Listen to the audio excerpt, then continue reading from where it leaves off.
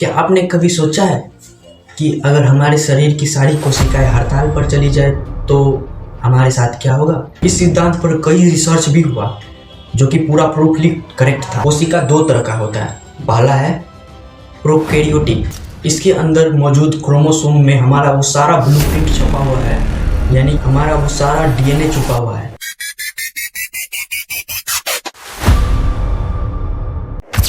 नमस्कार मित्रों, स्वागत है आप सभी का एक बार फिर से हमारे इस चैनल टीचिंग सेंटर पर। क्या आपने कभी सोचा है कि अगर हमारे शरीर की सारी कोशिकाएं हड़ताल पर चली जाए तो हमारे साथ क्या होगा? ज़्यादा से ज़्यादा कुछ नहीं होगा, हमारा इस दुनिया से नामो निशान मिल जाएगा। लेकिन क्या आपने कभी गौर किया है कि हमारे शरीर के अंदर कोशिका क्या कर रही है? कोशिका क्यों है, किस लिए है और इसका काम क्या है हमारे अंदर? कोशिका का यह चैप्टर केवल रटने के लिए नहीं, इसे समझने के लिए, और इसमें इतना रहस्य छुपा हुआ है वो शायद ही कोई आपको बताए। आज हम इसी कोशिका के भीतर उतरेंगे और जानेंगे कि ये एक छोटी सी यूनिटी कैसे हमारे पूरे जीवन को चलाती है।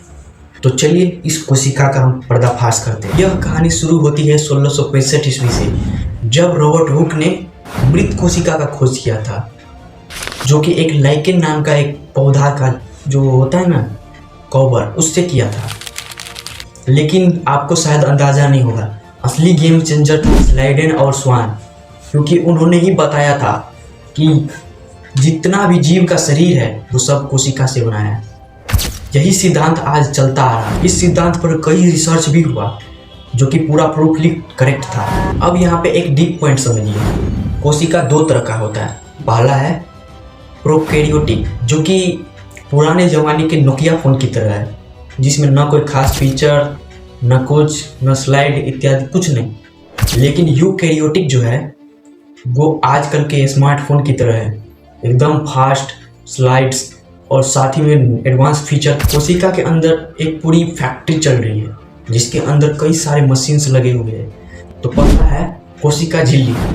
यह कोशिका का एक सिक्योरिटी गार्ड है जो कि यह निर्णय करता है कि कौन कोशिका के भीतर जाएगा और कौन कोशिका से बाहर आएगा, जिसके कारण इसे चयनात्मक परागम्य झिल्ली भी कहा जाता है, जो कि चयन करता है, यानी कि चुनकर अंदर जाने देता है और चुनकर बाहर जाने देता है। दूसरा है केंद्रक। यह फैक्ट्री का एक सीपीयू है, जो या फिर इसे हम मास्टरमाइंड भी कर सकते हैं।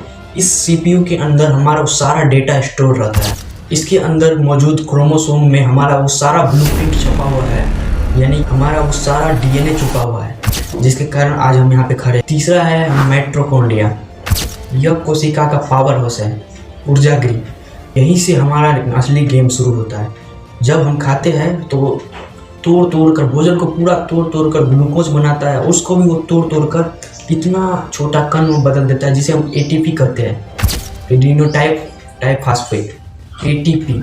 और यह एटीपी करता क्या है? हमारे शरीर को ऊर्जा प्रदान करता है, यानी कि हम जब तक हमारे शरीर में एटीपी नहीं रहेगा तब तक हम पलक तक झपका नहीं पाएंगे। अगला है एंडोप्लाज्मिक रेटिकुलम और राइबोसोम। यह दोनों क्या करता है? जो प्रोटीन बनाता है, हमारे शरीर से एनर्जी लेकर प्रोटीन का निर्माण करता है, जो कि हमारे शरीर को बिल्डिंग करने में मदद करता है।